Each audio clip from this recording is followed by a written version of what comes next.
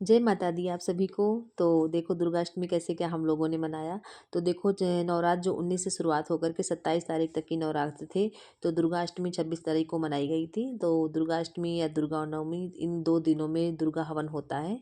और जो लोग नहीं कर पाते हैं वो तो जैसे कोई कभी कभी ऐसी परिस्थितियाँ आ जाती हैं तो जो लोग अष्टमी या नवमी में भी नहीं कर पाते हैं तो वो 10वीं तिथि के दिन हवन करके तब जो है पारण करते हैं। तो अष्टमी से लेकर के नवमी तक की जो है दुर्गा हवन करके तो सबसे पहले होता है कोई त्योहार हो या कोई भी कार्यक्रम घर पे हो तो सबसे पहले जो है जल्दी में भोर में उठना होता है। तो अगर भोर में नहीं उठेंगे तो कोई भी पूजा या कोई भी काम समय से नहीं हो पाएगा। तो जल्दी से उठ करके सुबह में स्नान करके घर की सब साफ सफाई कर ली थी। उस स्नान वगैरह हो गया, उसके बाद में तैयार हो रहे हैं क्योंकि पूजा जब होती घर पे तो हम अच्छे से पूरा तैयार होकर के तभी हम पूजा में बैठते हैं। वैसे भी बिना तैयार हुए मंदिर में सास सुहाग करके तभी मंदिर जाना चाहिए। तो मैंने यहाँ पे जो है चूड़ियाँ पहन ली थी। चूड़ी पहने पहले से पहने थे लेकिन थोड़ी चूड़ियाँ मैंने अलग से और पहन ली है महावर लगा करके। और पास में ही है मंदिर तो रोज़ाना जो घर में पूजा करने के बाद में मंदिर जाते हैं। उसके बाद में ही किचन में खाना बनाने में लगते हैं क्योंकि पहले दोनों जगह पूजा कर लेते हैं उसके बाद। इसीलिए जो है पूजा में सुबह में हमारे घर में टाइम ज़्यादा लग जाता है क्योंकि घर में भी विधिवत पूजा करो, पाठ होता है रोज़ाना रामचरितमानस का। तो इसलिए पूजा में काफ़ी टाइम लग जाता है। और देखो उसके बाद में अब आ गए कि थोड़ा पहले थाली सजा करके और साथ में बच्चे जो है बिटिया को दूध बना करके दे देते हैं क्योंकि बच्चों को भी सुबह सुबह देखना पड़ता है। कोई छोटे बच्चे जो होते हैं वो सुबह जैसे उठते हैं उनके भूख लगाती है तो बॉटल में बना के दूध देते तो पी लेती है, नहीं तो इसे इधर उधर बच्चे डाल देते गिलास में।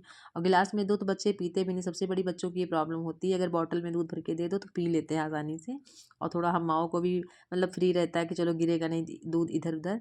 तो इनको अब दे रहे हैं, अपना पीती रहेंगी तब तक हम मंदिर की साफ सफाई करे ले रहे हैं। तो माता जी की चौकी तो हटाना नहीं, यहाँ पे मैंने माता जी को विराजमान कर लिया था। और मैंने जो है वीडियो अपलोड की नहीं नवरात्र में इसीलिए नहीं की थी क्योंकि हमें पूजा नहीं करनी थी। इसीलिए मैंने कलश स्थापना की ही नहीं थी कि माता जी को बस विराजमान करके पूजा कर देते थे। और नवरात्रि मैंने पूरे व्रत रखे थे। और यहाँ पे देखो माता जी की साफ सफाई चौकी करके माता जी को यहाँ पे पूजा कर रहे हैं। और साथ में राधा कृष्ण भगवान के यहाँ पे वस्त्र मैंने निकाल दिए हैं क्योंकि उनकी पूजा विधिवत रोजाना श्रृंगार होता है तो उनके श्रृंगार में काफ़ी टाइम लगता है। तो उनकी पूजा का मंदिर अलग है जो ऊपर अलमारी दिख रही है, इसमें माता ठाकुर जी की सेवा माँ राधा रानी विराजमान है। और नीचे से माता जी की मैंने चौकी अलग लगा ली थी। तो इस पे माता जी को विराजमान करके पूजा करते थे इनकी। तो चलो अब आसन लगा करके पूजा कर रहे हैं। और देखो यहाँ पे मैंने माता जी के लिए नवरात्रि में काली माँ का के लिए मैंने वस्त्र बनाया था अपने हाथों से ही। तो दुर्गाष्टमी वाले दिन मैंने सोचा कि माता जी का श्रृंगार कर देंगे और जो है पूजा भी हो जाएगी। तो इससे अच्छा दिन होगा भी नहीं कोई। तो यहाँ पे देखो मैंने चुन्नी बना ली थी ब्लैक कलर की क्योंकि काली माँ का जो चोला होता है वो काला ही बनता है। और यहाँ पे ब्लैक कलर का लहंगा उनका बना लिया था। और देखो पतिदेव पूजा कर रहे हैं क्योंकि काफ़ी टाइम पूजा में हमारे घर में लग जाता है। और यहाँ पे देखो मैंने आम के पत्ते मंगा लिए थे तो इससे मुझे बनाना था बंदरवार।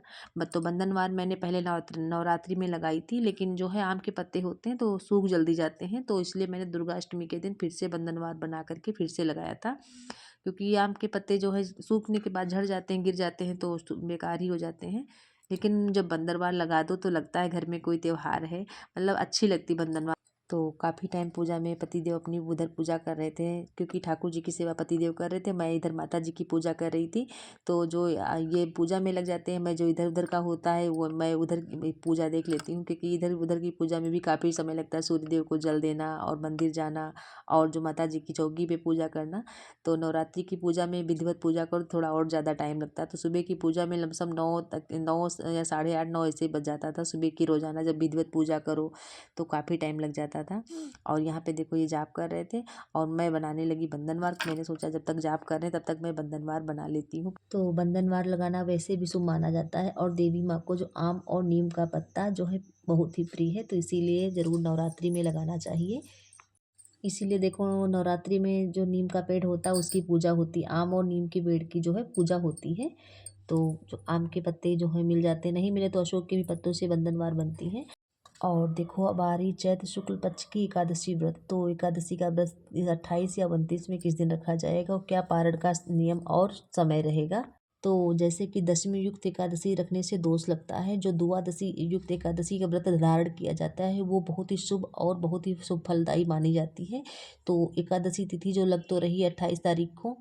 तो तिथि लग रही 10 बज के 28 तारीख को 10 बज के 15 मिनट से लग रही, तो इसलिए जो तिथि सूर्य उदय के समय रख होती है वही तिथि मान्य होती है। तो सूर्य उदय के समय जो 10वीं तिथि तो थी नहीं 28 तारीख को, तो इसीलिए वो जो तिथि है वो 29 तारीख को मानी जाएगी एकादशी तिथि। तो इसीलिए उस दिन द्वादशी जो है एकादशी का व्रत 29 तारीख को ही रखा और जाएगा। 30 तारीख में पारण किया जाएगा, दिन रहेगा सोमवार। तो पारण का सही समय क्या रहेगा, तो 6 बज के 14 मिनट से लेकर के 7 बजकर 9 मिनट तक की पारण का समय रहेगा। ये है एकादशी पारण का समय।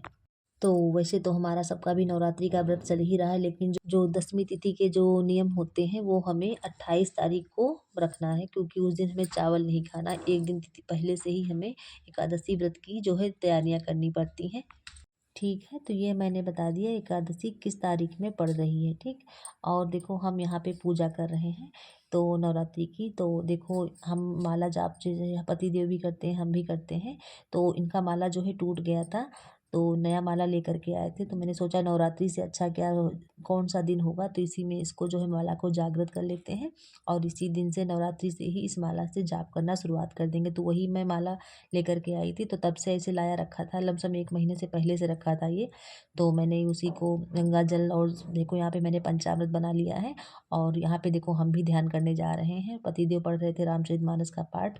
तो हम जो है ध्यान ज़रूर करते हैं, हमको ध्यान करना बहुत अच्छा लगता है। ध्यान करने से मतलब इतना मन शांत हो जाता है, और जितनी देर पूजा आप करोगे तो आप कुछ भी सुनो या कहो, लेकिन जब आप ध्यान करोगे ध्यान करने से आपके मन को बहुत ही शांति मिलती है और पूजा में मन भी बहुत अच्छे से लगता है। तो मैं कई सालों से ध्यान लमसम 8 या 9 सालों से मैं मेरी ध्यान करने की आदत बनी हुई है। भले चाहे 10 मिनट के लिए समय निकालें, लेकिन मैं मॉर्निंग में ध्यान ज़रूर करती हूँ। तो जैसे इस टाइम बच्चों की छुट्टियाँ चल रही हैं तो बच्चे घर ही पे हैं, तो ध्यान और जाप दोनों करके उसके बाद में किचन में नाश्ता बनाती हूँ। लेकिन जैसे बच्चों की जब छुट्टियाँ चलती हैं तो जैसे इनको स्कूल तैयार करना करके भेजना होता है, तो पहले मैं ध्यान कर लेती हूँ, उसके बाद में इनको सबको भेजने के बाद मंत्र जाप कर लेती हूँ। तो इस तरीके से टाइम मैं ज़रूर निकाल के सुबह इतना मेरा पूजा का समय ज़रूर रोज़ाना बंधा हुआ है, क्योंकि कितना भी घर में आप काम कर लो, लेकिन कुछ वहाँ के लिए आपको अपने पास कुछ पूंजी होनी चाहिए। तो आप जब समय निकालेंगे तो आपको खुद इस चीज़ का एहसास होगा, उस समय निकल आता है जब, क्योंकि उसके बगैर फिर मन ही नहीं मानेगा जब आप करने लगोगे। और ये चीज़ें जो मतलब हम लोग जो माँ-बाप करते हैं तो बच्चे भी देख कर के बच्चे भी वही चीज़ों को गुण अपने अंदर धारण करने लगते हैं। तो मैं जब ध्यान जाप या करती हूँ कुछ भी, तो मतलब बताओ हमारे बच्चा अभी 5-6 साल का है, लेकिन उसको देखने के बाद साथ-साथ वो भी उसी तरीके से बैठ कर के जाप करती है। नहीं कुछ मिलता है तो डायरी एक उठा लाती है, उसको देख के पढ़ा करती है। तो सच यही कहा किसी ने कि जो माता-पिता के जो संस्कार होते हैं, चाल, चरित्र या विचार बच्चों में बहुत जल्दी उतर जाते हैं। तो बच्चों को बचपन से चीज़ें बच्चे देखते हुए चले आते हैं, तो कुछ नया कुछ उनको बड़े होने पे सिखाना नहीं पड़ता है, क्योंकि वो बचपन से देख रहे हैं, देख-देख के वो अभ्यास कर रहे हैं ना, तो ये चीज़ें बच्चों में बचपन से डालनी भी चाहिए। तो देखो यहाँ पे अब हम बना रहे हैं बंधनवार। तो जब तक पतिदेव पूजा कर रहे हैं तब तक मैं बहुत सारे काम एक साथ में निपटा लेती हूँ, क्योंकि अलग से इतना समय नहीं मिल पाता है कि हम बैठ कर के अलग से कुछ समय, क्योंकि घर का किचन का भी काम करना होता है। तो देखो कितनी जल्दी से बंदरवान मैं आपको बना करके दिखा रही हूँ। तो आम के पत्ते जो मैंने मंगाए थे उसको तोड़-तोड़ के मैंने रख लिया, और फिर जितना हमको धागा जहाँ बाँधना है उतना लंबा हमको धागा या डोरी ले लेना है, ठीक? और उसके बाद में आम के पत्तों को यहाँ पे देखो ऐसे पकड़ा, ऐसे इनको, और उसके बाद में फिर मैं यहाँ पे धागे में ऐसे लपेट करके और जो इसका डंठल है उस पर उसको पत्ते में ऐसे दाब देंगे, और ऊपर से उसके बाद में अच्छे से दाबने के बाद में फिर पत्ते को ऐसे दाब दिया, देखो बन लग गया ये पत्ता, ठीक है।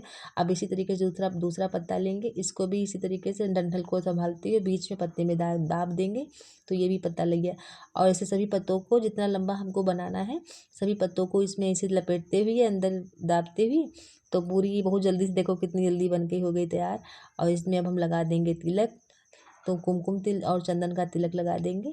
तो देखो कितनी जल्दी झटपट से बनने वाली बंधनवार है ये। कोई यहाँ पे कोई धागा का जरूरत नहीं, कोई सुई की जरूरत नहीं, आसानी से देखो बन करके हो गई तैयार है। तो इसको अब मैं अपने एंट्रेंस गेट पे लगा दूंगी।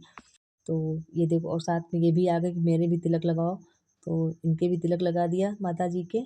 और देखो आज जो जैसे नवमी की रात्रि की जो हम लोग नवमी की रात्रि में ही हम लोग शुरुआत से जब व्रत रख रहे हैं तो रात्रि में ही पारण कर लेते हैं। तो संध्या के समय जब शाम की आरती करने के बाद में तो माता जी की जो चौकी होती है तो उसका विसर्जन जो 10वीं तिथि को करते हैं, लेकिन नवमी की जो तिथि होती है उस दिन जो है चौकी को हिला देते हैं धीमे से कि माँ, और माता जी से कहते हैं माता जी आप अपना आसन ग्रहण कीजिए और मेरी पूजा प्रार्थना व्रत मेरा स्वीकार कीजिए, मेरा व्रत आप संपन्न करवाइए। तो ऐसे ही शाम को चौकी हिला करके और माता जी को विराजमान कर देते हैं मंदिर में।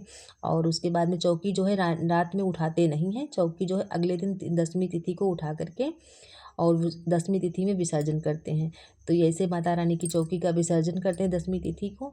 और जो है रात्रि में जो है हम लोग पारण कर लेते हैं, शुरुआत से ही जो माता जी का भोग बनाते हैं उसी को जो है पारण ले करके उसी से ही पारण कर लेते हैं।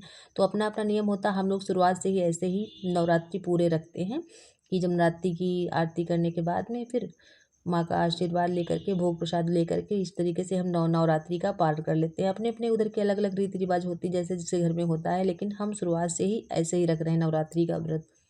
और यहाँ देखो मंदिर आए थे पूजा करने, तो यहाँ देखो माता रानी का जो मैंने चोला बनाया था तो यहाँ माता जी को पहना दे रहे हैं। तो कहते हैं मंदिरों में हमें भगवान के जो वस्त्र होते दान करते रहना चाहिए, जिससे हमारे घर में सुख समृद्धि जो है बनी रहती है।